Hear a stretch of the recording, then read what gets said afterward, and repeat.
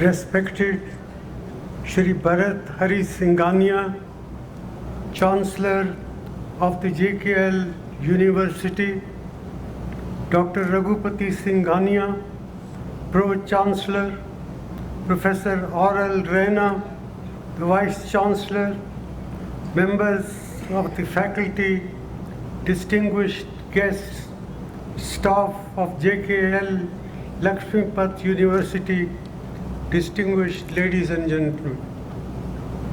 Good afternoon.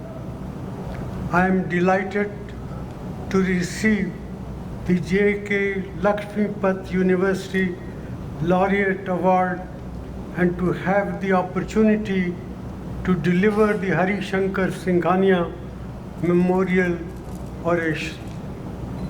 I knew the late Shri Hari Shankar Singhania as a pioneer captain of industry and a philanthropist of repute, and the Singhania family as the leaders of the well-known JK organization.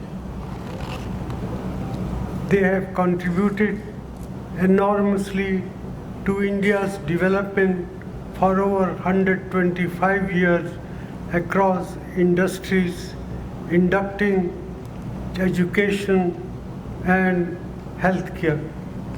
Only a handful of people can claim 125 years of continuous service to the nation. It is a stressful time for democracies all over the world. I think it would therefore be appropriate for me to speak to you about strengthening the roots of democracy in India. The term democracy is derived from the Greek demokratia, coined in the middle of the 5th century BCE from demos meaning people and krato meaning rule, translating literally to rule by the people. But any absolute definition of democracy will be irrelevant and misleading. A historical study of democratic rule will show that the definition and form of democracy have been changing and evolving periodically to suit the changing needs of time and to fulfill the collective needs and common goals of the public in terms of governance, security, infrastructure, law and order, employment and livelihood, business and trade and economic opportunities, progress and prosperity, not necessarily in that order. While definitions of democracy abound in terms of perspective, context, and content, democracy is best described by Abraham Lincoln, a former president of the United States, in his famous Gettysburg Address as the government of the people, by the people, for the people. Now, let us talk about our great country, that is India, one of the most ancient of civilizations, rich in resources, known for its art and architecture, a preferred trade hub, renowned for its scientific and mathematical studies, reputed as a center of learning, a cultural cauldron of ethnic and religious diversity that is an exemplary definition of our country, that is India. But India that I am referring to is a young nation that gained independence from the British rule in 1947 and became a republic in 1950. Democratic India is not only the world's largest democracy, but also one of the most vibrant democracies in the world.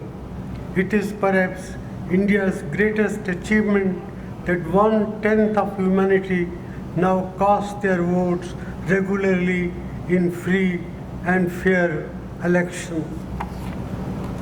Considering our huge population and the sheer diversity in terms of geography, ethnicity, race, religion, language, culture, and creed, our thriving democracy is a shining beacon of hope and inspiration to a world that is yearning and striving to become democratic. The roots of democracy in India lie deep and strong. From the day we achieved independence, we believed in and succeeded in achieving full enfranchisement, something that no other nation can lay claim to. Democratic India was born peacefully in 1951 with the first general election where every citizen, irrespective of gender, caste, creed, religion, occupation, wealth, or level of literacy, got the right to vote. I believe that the strength of our democracy lies in the Constitution of India. It has framed and defined underlying tenets of democracy as all-encompassing and reflective of fundamental values of equality, liberty, fraternity, secularism, and justice. In great detail, it articulates directive principles, fundamental rights, duties, and responsibilities for the nation, its constituent states, institutions, as well as individuals. Ladies and gentlemen, please allow me to elaborate on a few little known and unique facts of our Constitution. I believe it will help you to better appreciate the tremendous and laudable effort put in to formulate and frame this wonderful our Constitution document. Also, I hope these facts will help you understand its importance as the foundation of this great democracy of ours. The Constitution of India is the world's longest for a sovereign nation with 395 articles in 22 parts and 8 schedules totaling about 1,45,000 words. On 26 November 1949, after an elaborate process and debate for nearly 3 years, India adopted the Constitution, copies of which were signed by 284 members of the Constituent Assembly. It is the supreme law of our country, and even Parliament cannot override the Constitution.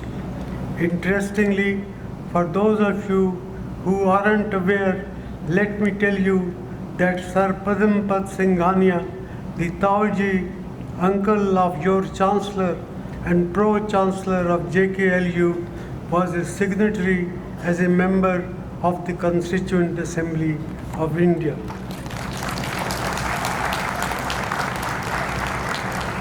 Ladies and gentlemen, what a lasting legacy indeed.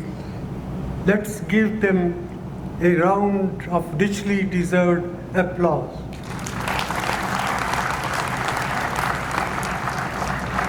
I believe that all of us are very fortunate and privileged to be a part of this world's finest democracy. I consider myself blessed to have served my country for nearly 50 years as part of the nation's various governing bodies up to the pinnacle position of the Prime Minister of India for 2 full terms. It is my greatest honor and privilege. That said, do I consider our democracy perfect? I am afraid not. Is there scope for improvement? Definitely. Speaking on 25th November 1949 to the Constituent Assembly about the concerns on the challenge of transforming India into a society based on equality, Dr. B.R. Ambedkar said, and I quote him, "In our republic, in politics, we will have equality, and in social and economic life, we will have inequality. In politics, we will be recognizing the principle of one man, one vote, and one vote, one value.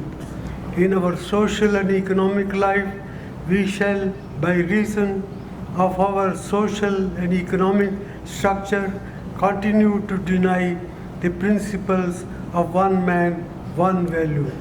How long shall we continue to live this life of contradiction? How long shall we continue to deny equality in our social and economic life?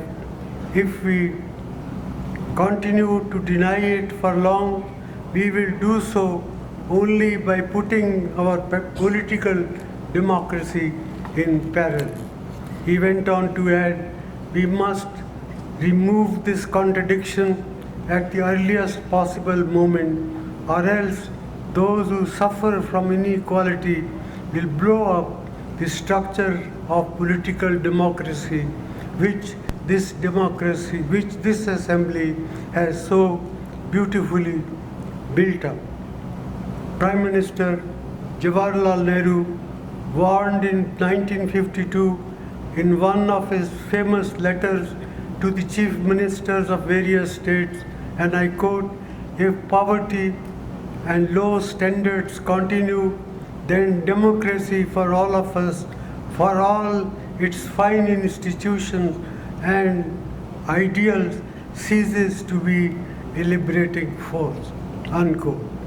The strong commitment of the Republic to political equality has had the collateral impact on questioning the persistence of social and economic inequalities. The principle of one person, one vote has put unprecedented political power into the hands of a hitherto marginalized 90% of India's population. They have demanded and they have secured policies including for affirmative action that have reduced disparities and have created opportunities for upward social and economic mobility for traditionally discriminated communities. But poverty and inequalities in income and wealth still persist in our country. If not tackled effectively, they can lead to a massive instability of our polity. To strengthen our democracy, we need principled, knowledgeable, and visionary leaders. It needs political parties committed to safeguarding values enshrined in our Constitution. For our continued unity, the government has to deliver justice, liberty, equality, and an environment that respects contrary opinion. We have to respect the supremacy of Parliament and its procedures, the rules of the government and President.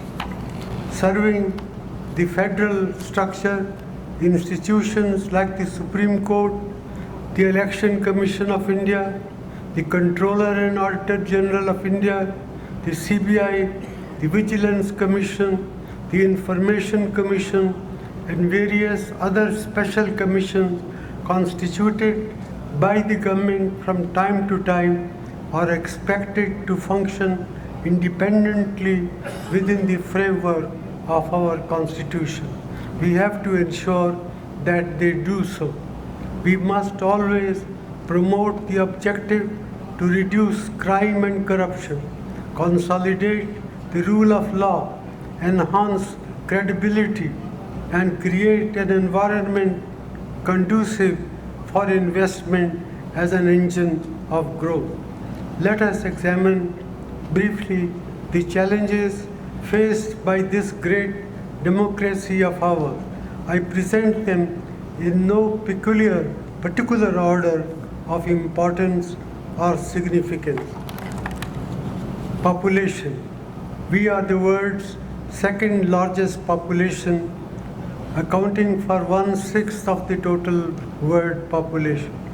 That is a huge challenge for our people in terms of governance, documentation, representation, education, ensuring their rights, protecting their interests, servicing their needs, and fulfilling their aspiration. 2. Poverty.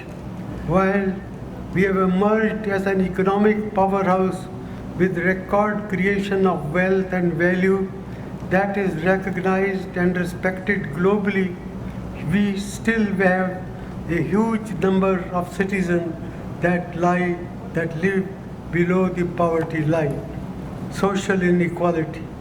The caste system or casteism is the bane of our democracy and lowers our credibility in the eyes of the world. Caste-based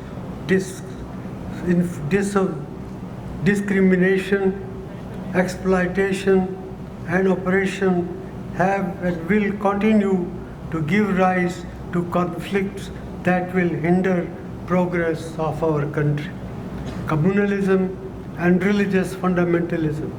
The division of people along ethnic and religious lines and the resulting assertion, posturing, and chauvinism of such groups and ideologies have often led to numerous clashes and riots that have resulted in terrible loss of life and property. Every conflict only serves to deepen the divide. Other significant challenges include widespread corruption due to defective governance, rise of terrorism, Naxalism, and insurgency, rising regionalism, gender bias and discrimination, high rates of unemployment, education, and skill development, to name just a few.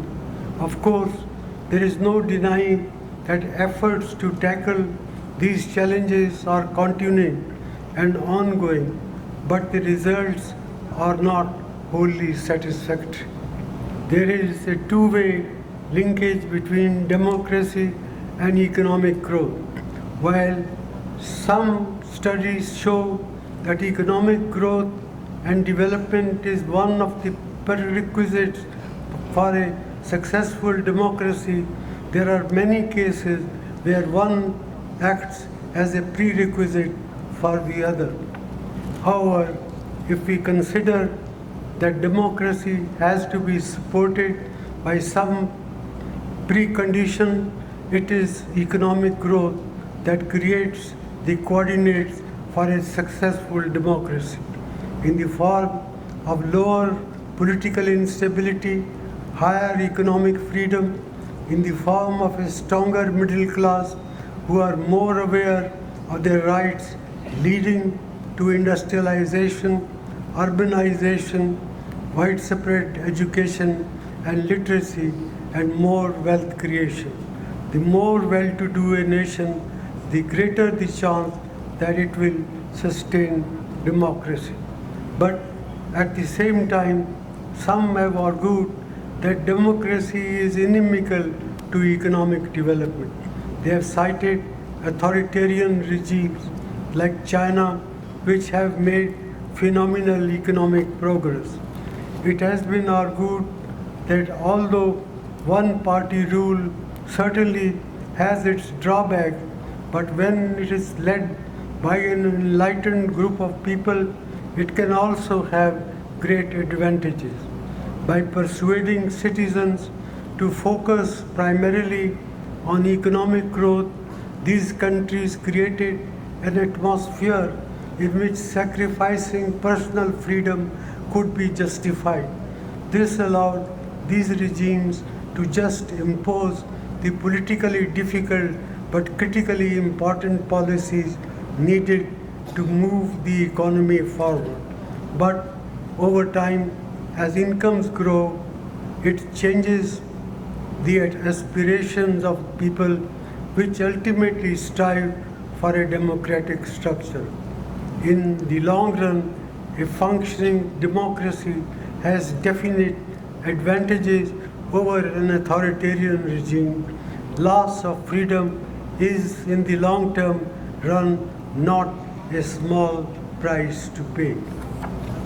India, since the economic liberalization of 1991, has shown how a democratic setup has led to general improvement in the living standards of our people.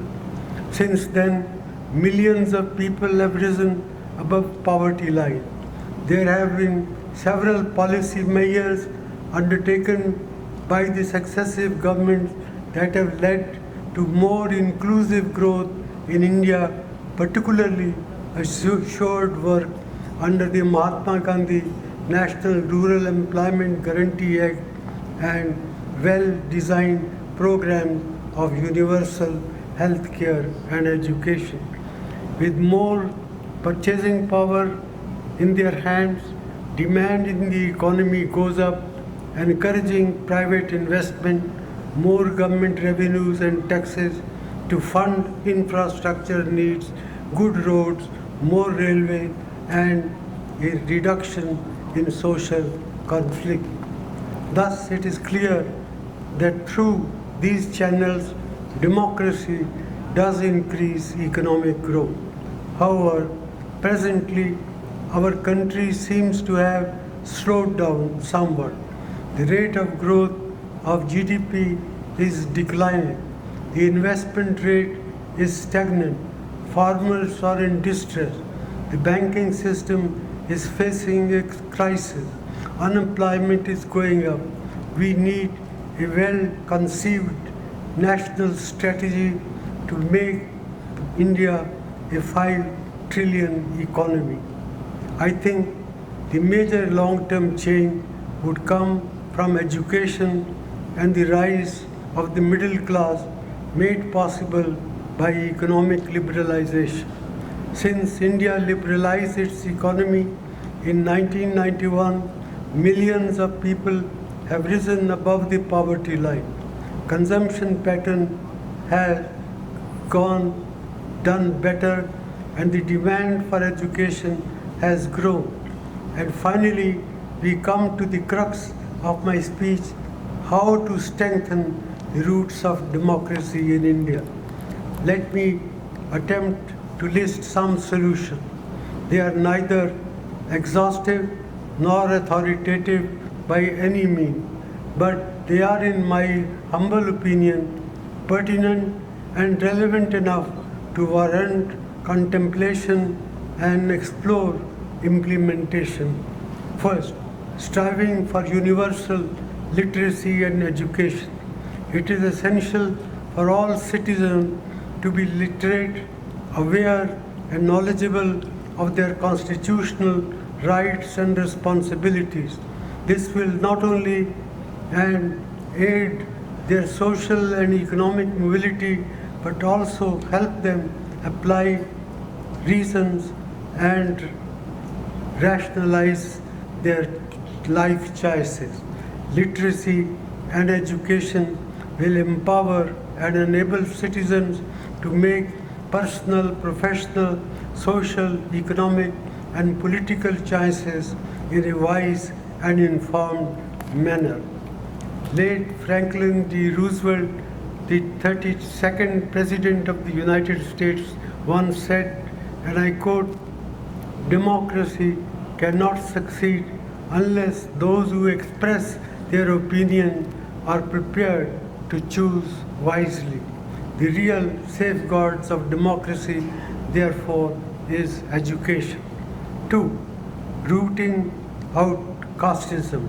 Caste-based hierarchies are undemocratic, unscientific, and unethical, relentlessly eroding the bedrock of our democracy by deviating from the principles of equality and fraternity, while urbanization, institutions of liberal democracy, and technology-driven prosperity are diminishing and negating the caste ties. The potential for misuse and abuse cannot be overlooked, especially in rural India and amongst the marginalized and underprivileged sections of our society. We must heed the words of Thurgood Marshall, first African American Justice of the Supreme Court of the United States, who said, and I quote, "Where you see wrong or inequality or injustice, speak out, because this is your country, this is your democracy. Make it, protect it, pass it on." 3. Indulging in good and inclusive governance.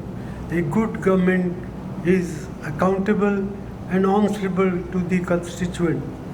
It is transparent and justifies and validates its conduct and decisions when upheld to public scrutiny. Its leaders should not be placed above the law. It will strive to include and take along the smallest and most marginalized of constituents on the journey towards progress and prosperity. It should reflect in the actions, in its action, the thoughts of Dr. APJ Abdul Kalam, former President of India, who said, "In a democracy, the well-being, individuality, and happiness of every citizen is important for the overall prosperity, peace, and happiness of the nation." 4. Empowering our women and the girl child. Paraphrasing the words of Dr. Babasaheb Ambedkar, the architect of our Republican Constitution, I agree that the progress of a community, society, or nation can be measured by the degree of progress which our women have achieved. While we have made great progress through several initiatives to empower our women and the girl child, we are still way behind in the treatment of our women. The increasing gap in the male-female sex ratio is itself an indicator that a lot more needs to be done in this area. Encouraging free and independent media. Freedom of speech and expression is best embodied by the presence of an independent and fair media operating without consideration of fear and favor. That can best be achieved with mutual understanding, respect, and a clear understanding and acknowledgement of roles and boundaries by all parties involved. Nurturing and accelerating economic growth. I have already elaborated on the importance of promoting inclusive growth. Studies show that there is a two-way linkage between democracy and economic growth, where one acts as a prerequisite to the other. The need of the hour is to continue with the economic reform that will build on the liberalization policies that have been implemented and factor in an evolving and dynamic business environment. The point I wish to emphasize, ladies and gentlemen, is that private investment depends on credibility of government policies.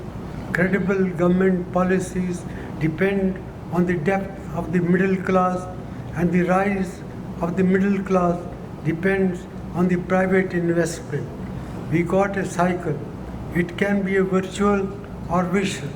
To ride on the virtuous cycle and avoid the vicious cycle requires a bit of luck, leadership, and a team of people, including industrialists, who are prepared to work together for the common good. In particular, the government should forbid tax terrorism, respect independent voices, and provide for checks and balances for every level of the government. The pace of evolving information technology and its application and adoption have given way to new business models and discerning consumers. A plethora of choices signals the emergence of a new generation of citizens who will hopefully make political choices as discerningly and with as much due diligence as they make all other choices. In a regime governed by the exercise of choice, democracy can only be strengthened.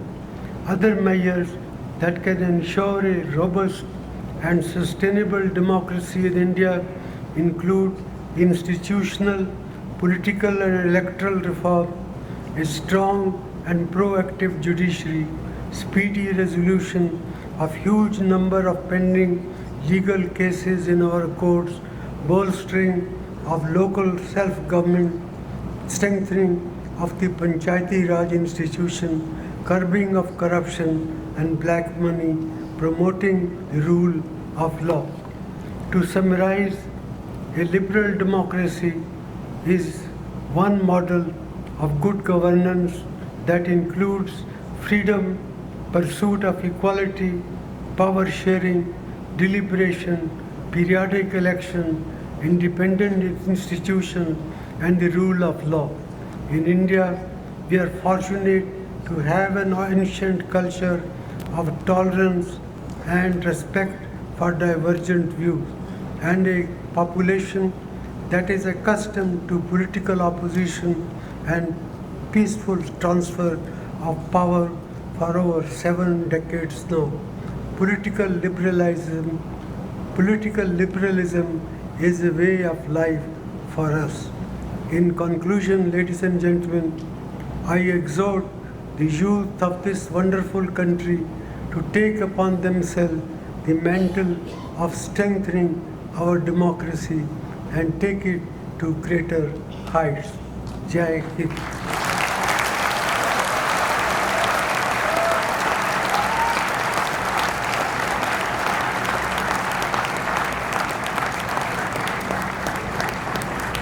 Our young people, you are after all the future of India, and I am confident that you will make educated choices and take informed decisions to actively participate in processes of nation building and thus sustain and fortify the roots of our great and vibrant democracy. I thank JK Lakshmipat University for the award and the opportunities to speak to this enlightened gathering regarding the future of India and how we can deepen democracy in India while improving the economic condition of the people of our country. Thank you for your patience. God bless you all. Jai Hind.